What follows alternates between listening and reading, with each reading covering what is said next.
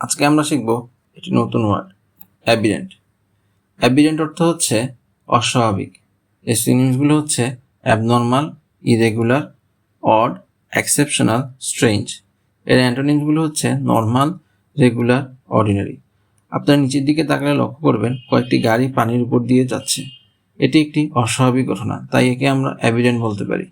এবং উপরের দিকে একটি প্লেন উঠছে আকাশে, একে আমরা নর্মাল ঘটনা বলতে পারি।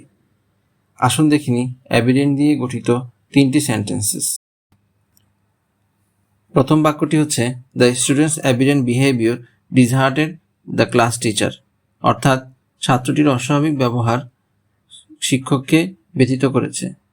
দ্বিতীয় সেন্টেন্সটি হচ্ছে when the scientist looked through his telescope he found an aberrant movement of the star, অর্থাৎ বিজ্ঞানী যখন তার টেলিস্কোপ দিয়ে দেখলেন তখন তিনি তারাটির একটি অস্বাভাবিক গতিপথ লক্ষ্য করলেন।